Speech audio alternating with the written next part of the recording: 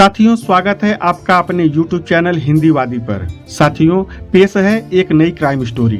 फर्रुखाबाद के कोतवाल इंस्पेक्टर संजीव राठौर अपने ऑफिस में बैठे थे। तभी एक अधेड़ उम्र के व्यक्ति ने उनके ऑफिस में प्रवेश किया। दिखने में वह सावधान परिवार का लग रहा था, लेकिन उसके माथे पर परेशानी की लकीरें थी। राठौर ने उस व्यक्ति को सामने पड़ी कुर्सी पर बैठने का इशारा किया, फिर पूछा, आप कुछ परेशान से दिख रहे हैं, आप अपनी परेशानी हमें बताएं ताकि हम आपकी मदद कर सकें। इस पर आगंतुक ने जवाब दिया, सर, मेरा नाम रमेश चंद्र दिवाकर है। मैं एटा जिले के अलीगंज थाना अंतर्गत झकरई गांव का रहने वाला हूं। मेरा छोटा भाई दिनेश कुमार दिवाकर पत्नी व बच्चों के साथ आपके ही क्षेत्र के गांव झगुआ नगला में रहता है।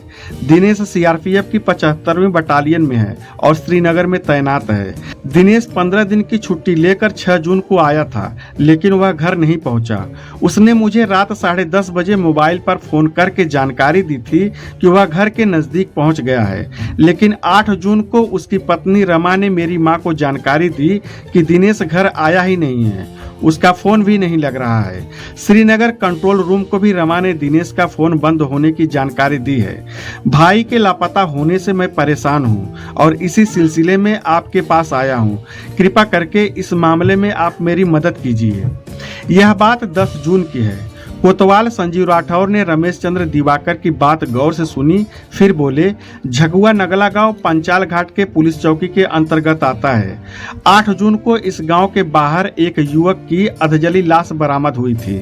अज्ञात में पंचनामा भरकर लाश को पोस्टमार्टम हाउस भेज दिया गया है। लाश की कुछ फोटो हमारे पास है, आप उन्हें देख लो। श्री राठौर ने लाश के फोटो मंगवाए, फिर रमेश चंद्र को देखने के लिए थमा दिए। रमेश चंद्र ने सभी फोटो को गौर से देखा और फिर फपक कर रो पड़े, सर, यह फोटो मेरे भाई दिनेश की लाश के हैं। इसके बाद रमेश चंद्र ने मोबाइल फोन से घर वालों को इसकी सूचना दे दी तो घर में हाहाकार मच गया। थाना प्रभारी संजीव राठौर ने रमेश चंद्र को धैर्य बंधाया, फिर मृतक के संबंध में जानकारियां जुटाई। इसके बाद उन्होंने पूछा, रमेश जी, आपको किसी पर शक है? इस पर रमेश चंद्र ने जवाब दिया, हाँ है। किस पर? संजीव राठौर ने अचकचा कर पूछा। तब उन्होंने बताया, भाई दिनेश की पत्नी रमा और उसके आशिक अनमोल उर्फ अमन पर। हत्या की जानकारी रमा के भाई राहुल को भी होगी, लेकिन वह बहन के गुनाह को छिपाना चाहता है। रमेश चंद्र दिवाकर की बात सुनकर संजीव राठौर चौंक गए। उन्होंने इस घटना की सूचना एसएसपी संतोष कुमार मिश्रा को दे दी। उन्होंने मामले को गंभीरता से लेते हुए दिनेश की हत्या का पर्दाफाश करने के लिए एडिशनल एसपी त्रिभुवन सिंह के निर्देश में एक स्पेशल टीम बना दी।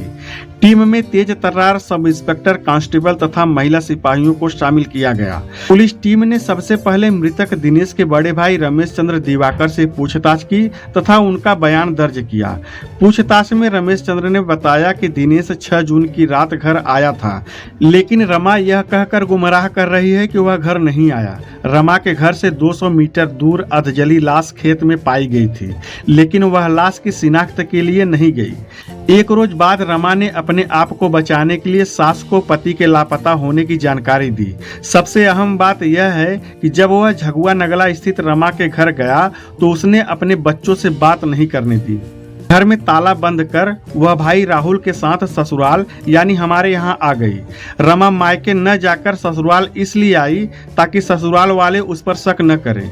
गुमराह करने के लिए ही उसने श्रीनगर कंट्रोल रूम को फोन किया था। रमेश चंद्र ने जो अहम जानकारी दी थी उससे पुलिस टीम ने एसएसपी त्रिभुवन सिंह को अवगत कराया तथा हत्या का पर्दाफाश करने के लिए रमा तथा उसके सहयोगियों की गिरफ्तारी के लिए अनुमति मांगी। त्रिभुवन सिंह ने तत्काल पुलिस टीम को अनुमति दे दी। अनुमति मिलने पर पुलिस टीम ने रमा के ससुराल झकरई एटा में छापा मारा।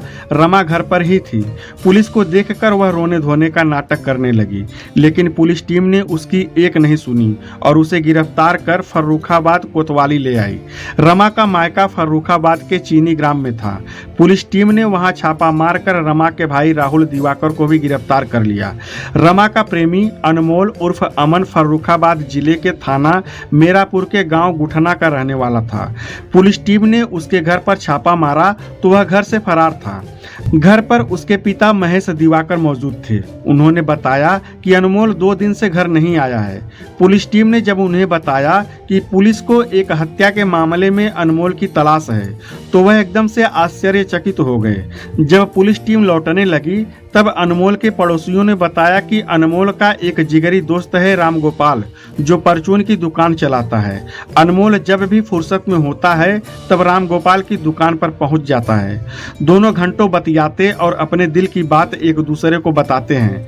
रामगोपाल को पता होगा कि अनमोल कहाँ है। यह जानकारी मिलते ही पुलिस टीम ने रामगोपाल को उसकी परचून की दुकान से हिरासत में ले लिया और थाना कोतवाली लाकर जब उससे अनमोल के संबंध में पूछताछ की गई तो वह उसकी जानकारी से मुकर गया। इस पर पुलिस ने उससे सख्ती से पूछताछ की। तब उसने बताया कि अनमोल का एक दोस्त कमलकांत शर्मा है, जो उसी के गांव गुठना का रहने वाला है। कमलकांत उत्तर प्रदेश पुलिस में सिपाही है और इन दिनों कानपुर देहात जिले के महाराजपुर थाने में तैनात है। अनमोल संभवतः कमलकांत के ही संरक्षण में होगा। रामगोपाल से अनमोल के संबंध में अहम जानकारी मिली तो पुलिस टीम ने महाराजपुर थाने से संपर्क करके सिपाही कमलकांत शर्मा से मोबाइल पर बात की। कमलकांत ने पुलिस टीम के प्रभारी संजीव राठौर को बताया कि अनमोल उसके पास है और वह पुलिस के समक्ष आत्मसमर्पण करना चाहता है। यह सुनते ही पुलिस टीम की बाँछें खिल गई। इसके बाद पुलिस टीम सिपाही कमलकांत के आवास पर पहुंची और अनमोल को फर्रुखाबाद कोतवाली ले आई। अनमोल को गिरफ्तार करने के बाद पुलिस टीम ने उसके दोस्त रामगोपाल को थाने से रिहा कर दिया।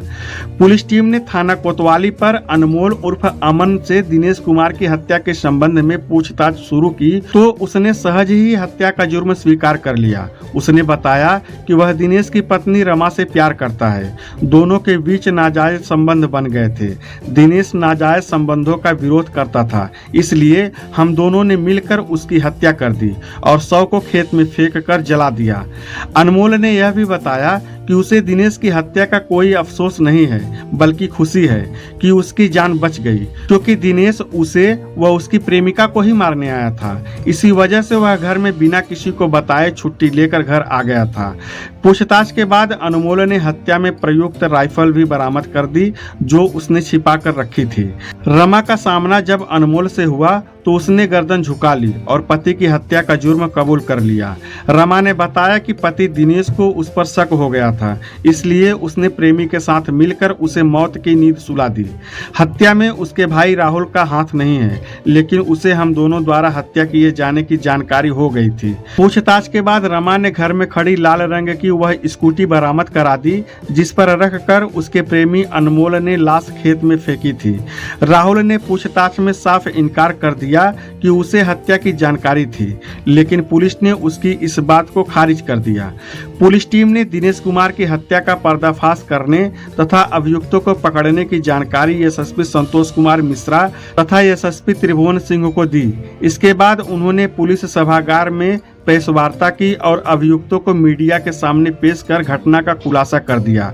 चूंकि अभियुक्तों ने हत्या का जुर्म कबूल कर लिया था, इसलिए कोतवाली प्रभारी संजीव राठौर ने मृतक के बड़े भाई रमेश चंद्र दिवाकर को वादी बनाकर धारा 302 के तहत रमा, अनमोल तथा राहुल के विरुद्ध रिपोर्ट दर्ज कर ली और तीनों को गिरफ्तार कर लिया। पुलिस जांच में एक अध्यापिका की पापलीला की सनसनीखेज कहानी सामने आई। वो कहानी इस प्रकार थी। उत्तर प्रदेश का फर्रुखाबाद शहर आलू और बीड़ी उत्पादन के लिए दूर दूर तक मशहूर है। यहाँ पर आलू खुदाई और बीड़ी बनाने वाले मजदूर ठेके पर काम करते हैं। आलू खुदाई का काम तो मात्र 3 महीने ही चलता है, लेकिन बीड़ी बनाने का काम पूरे साल तक चलता रहता है। यहाँ का बीड़ी उत्पादन का कारोबार कई राज्यों में फैला है। बीड़ी व्यापार के लिए दूर दूर से व्यापारी आते हैं। इसे मजदूरों का शहर भी कहा जाता है। इस शहर का नाम फर्रुखाबाद कैसे पड़ा, इसकी भी एक कहावत है। पहले फर्क बात में बाद, उसको कहते हैं फर्रुखाबाद, यानी बात में फर्क और विवाद, हर बात में झूठ फरेब का बोलबाला। इसी फर्रुखाबाद जिले का एक गांव है चीनी ग्राम। इसी गांव में देवकरण दिवाकर अपने परिवार के साथ रहते थे। उनके परिवार में पत्नी मालती के अलावा बेटी रमा तथा बेटा राहुल था। देवकरण दिवाकर प्रतिष्ठित व्यक्ति थे। उनकी आर्थिक स्थिति मजबूत थी। घर में सभी भौतिक सुख और सुविधाएं थी। उनकी बेटी रमा खूबसूरत थी। जवानी की राह पर कदम रखते ही उसकी सुंदरता में निखार आ गया। उसे चाहने वाले अनेक थे, लेकिन वह किसी को भाव नहीं देती थी। रमा जितनी खूबसूरत थी उतनी ही पढ़ने लिखने में भी तेज थी। उसने हाई स्कूल व इंटरमीडिएट की परीक्षाएं प्रथम श्रेणी में पास की और उसने छत्रपति साहूजी महाराज विश्वविद्यालय कानपुर से बीए और बीएड किया था। उसी दरमियान उत्तर प्रदेश सरकार ने प्राथमिक शिक्षकों की भर्ती का विज्ञापन जारी किया। रमा ने भी आवेदन किया, लेकिन किसी कारणवश परीक्षा रद्द हो गई, जिससे रमा की शिक्षक बनने की तमन्ना अधूरी रह गई। देवकरण को जवान बेटी के ब्याह की चिंता सताने लगी थी, इसलिए वह उसके लिए उपयुक्त लड़का तलाशने लगे। बेटी की इच्छानुसार वह किसी शिक्षक वर की तलाश में थे, लेकिन कोई शिक्षक वर नहीं मिल रहा था। उन्हीं दिनों एक रिश्तेदार के माध्यम से उन्हें दिनेश कुमार के बारे में पता चला। दिनेश कुमार के पिता राजेश दिवाकर एटा जिले के झकरई गांव में रहते थे। उनके दो बेटे रमेश चंद्र व दिनेश कुमार थे। राजेश एक संपन्न किसान थे। वह बड़े बेटे रमेश चंद्र का विवाह कर चुके थे, जबकि छोटा दिनेश कुमार अभी कुंवारा था। दिनेश सीआरपीएफ की 75वीं बटालियन में श्रीनगर में तैनात था। राजेश ने दिनेश को देखा तो उन्होंने उसे अपनी बेटी रमा के लिए पसंद कर लिया। दोनों तरफ से बातचीत हो जाने के बाद जनवरी 2006 में सामाजिक रीति रिवाज से दिनेश और रमा का विवाह धूमधाम से हो गया। पढ़ी लिखी व सुंदर बहू पाकर दिनेश के घर वाले फूले नहीं समा रहे थे। ससुराल में रमा को सभी का भरपूर प्यार मिला। घर में उसे किसी चीज की कमी नहीं थी। इस तरह से रमा का सुखमय जीवन व्यतीत होने लगा। शादी के बाद भी शिक्षक बनने की तमन्ना रमा के दिल में थी। उसने इसके बारे में अपने पति दिनेश और सास ससुर से भी बात की तो उन्हें भी कोई ऐतराज नहीं था। जब शिक्षक की भर्ती निकली तो रमा ने भी आवेदन कर दिया। उसने पति दिनेश से अनुरोध किया कि वह किसी भी तरह से उसे नौकरी दिलवाने की कोशिश करें। दिनेश ने पत्नी की बात मानकर जी जान से कोशिश की तो रमा का चयन हो गया। उसे फर्रुखाबाद के राजेपुरा थाना अंतर्गत चाचूपुर गांव के प्राथमिक विद्यालय में सहायक शिक्षिका के पद पर नौकरी मिल गई। नौकरी लग जाने के बाद रमा का ससुराल में रहना नामुमकिन सा हो गया। दरअसल उसकी ससुराल एटा जिले में थी और नौकरी फर्रुखाबाद जिले में लगी थी, जो उसके घर से नजदीक थी। इसलिए रमा मायके में रहकर अपनी ड्यूटी करती रही। मायके से आने जाने का भी साधन था और उसके रहने तथा खाने पीने की उचित व्यवस्था भी थी, सो उसे कोई परेशानी नहीं थी। इसके बावजूद दिनेश ने घूस देकर रमा का तबादला एटा कराने का प्रयास किया, लेकिन उसे सफलता नहीं मिली। रमा का मायके में रहना न तो उसके पति दिनेश को पसंद था और न ही सास ससुर को, लेकिन रमा की सरकारी नौकरी थी, इसलिए वे ज्यादा ऐतराज भी नहीं कर सकते थे। लेकिन कुछ दिनों बाद दिनेश ने मायके में रहने पर ऐतराज जताया तो रमा ने फर्रुखाबाद या उसके आसपास जमीन या प्लॉट खरीदकर मकान बनाने की सलाह पति को दी। रमा की सलाह मानकर दिनेश ने कोशिश शुरू की तो उसने फर्रुखाबाद शहर से सटे झगुआ नगला गाँव में एक प्लॉट खरीद लिया और वहाँ 3 कमरे बनवा दिए। पूजा पाठ कराने के बाद रमा इसी मकान में रहने लगी। स्कूल आने जाने में पत्नी को परेशानी न हो, इसके लिए दिनेश ने एक स्कूटी यूपी 78 A0522 भी खरीदकर उसे दे दी। रमा अब तक एक बेटी और एक बेटे की मां बन चुकी थी। बच्चों की देखरेख व घरेलू काम के लिए उसने एक महिला को अपने यहाँ नौकरी पर रख लिया था। इसके अलावा रमा का भाई राहुल भी वहाँ आता जाता रहता था, ताकि बहन के मन में असुरक्षा की भावना पैदा न हो। रमा की सास उर्मिला भी कभी कभी उसके पास आती जाती रहती थी। रमा 2 बच्चों की मां जरूर बन गई थी, लेकिन उसका शारीरिक आकर्षण कम नहीं हुआ था। वह बन संवर कर और महंगा काला चश्मा लगाकर स्कूटी पर घर से निकलती तो लोग उसे मुड़ मुड़ कर देखा करते थे। रमा को स्वयं भी अपनी जवानी पर गर्व था, लेकिन ऐसी जवानी का क्या जिसका कोई कद्रदान न हो। दरअसल रमा का पति दिनेश सीआरपीएफ की 75वीं बटालियन में श्रीनगर में तैनात था। उसे तीसरे चौथे महीने बड़ी मुश्किल से महीना या 15 दिन की छुट्टी मिलती थी। दिनेश जब साथ होता तो रमा की जिंदगी में बाहर आ जाती थी। वह उसके साथ खूब मौज मस्ती करती थी, लेकिन उसके जाने के बाद उसके जीवन में निरस्ता आ जाती। उसका दिन तो स्कूल में बच्चों के बीच कट जाता था, लेकिन रातें करवटें बदलती बीतती थी। कभी कभी वह सोचती कि उसने सैनिक के साथ ब्याह करके भारी भूल की है। उसे तो ऐसा मर्द चुनना चाहिए था जो उसकी तमन्नाओं का पूरा ख्याल करता। रमा के मन में पति के प्रति हीन भावना पैदा हुई तो उसका मन भटकने लगा। अब वह जिस्मानी सुख के लिए किसी युवक की तलाश में जुट गई। उन्हीं दिनों एक रोज रमा की मुलाकात अनमोल उर्फ अमन से हुई।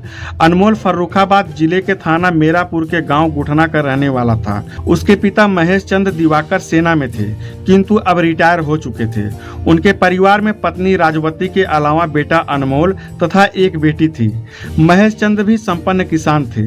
उनके पास 20 बीघा उपजाऊ जमीन थी। कृषि उपज के साथ उन्हें पेंशन भी अच्छी खासी मिल जाती थी। उनके दोनों बच्चे पढ़ने लिखने में तेज थे। बेटी बीए करने के बाद बीएड कर रही थी, जबकि अनमोल का चयन बीटीसी में हो गया था। वह एटा में 2 वर्षीय बीटीसी की ट्रेनिंग कर रहा था। रमा की बुआ प्रीति की शादी अनमोल के ताऊ सुरेश चंद्र दिवाकर के बेटे मुकेश के साथ हुई थी, इसलिए अनमोल रमा का खास रिश्तेदार भी था।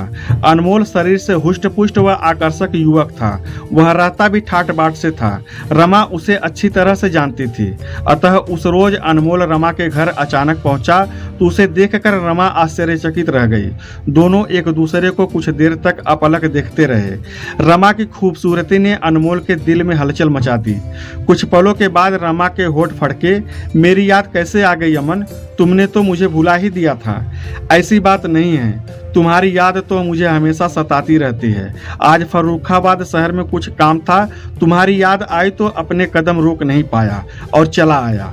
तुमसे मिलकर दिल को बड़ा सुकून मिला। अब मैं चलता हूँ, मौका मिला तो फिर आऊँगा। अरे वाह, ऐसे कैसे चले जाओगे? आज इतने दिनों बाद तो आए हो, कम से कम एक कप चाय तो पीते जाओ, रमा ने मुस्कुराते हुए कहा। अनमोल भी यही चाहता था। कुछ देर में ही रमा 2 कप चाय बनाकर ले आई। चाय पीने के दौरान अनमोल की नजरें रमा की देह पर ही टिकी रही। इस दौरान जब दोनों की नजरें टकराती, अनमोल मुस्कुरा देता। उसकी मुस्कुराहट से रमा के दिल में हलचल मच जाती। वह सोचती, काश ऐसे पुरुष का साथ मिल जाए तो उसके जीवन में बहार आ जाए। अनमोल रमा से मिलकर अपने घर लौटा तो रमा का खूबसूरत चेहरा उसके दिलो दिमाग में ही घूमता रहा। दूसरी ओर रमा का भी यही हाल था। वह अनमोल की आंखों की भाषा पढ़ चुकी थी। अनमोल जानता था कि रमा का पति फौज में है। वह महीना 15 दिन की छुट्टी पर आता है और फिर चला जाता है।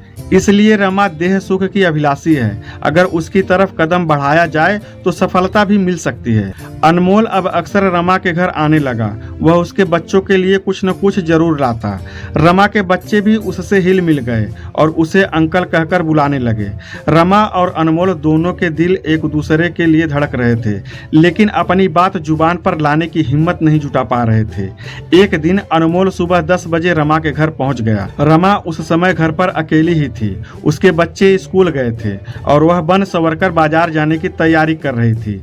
अनमोल को देखकर वह मुस्कुरा कर बोली, अरे अमन, तुम इस वक्त? बच्चे तो स्कूल गए हैं। अनमोल रमा के चेहरे पर नजरें गड़ाकर बोला, रमा, आज मैं बच्चों से नहीं तुमसे मिलने आया हूँ। अच्छा? रमा खिलखिलाकर हंस पड़ी।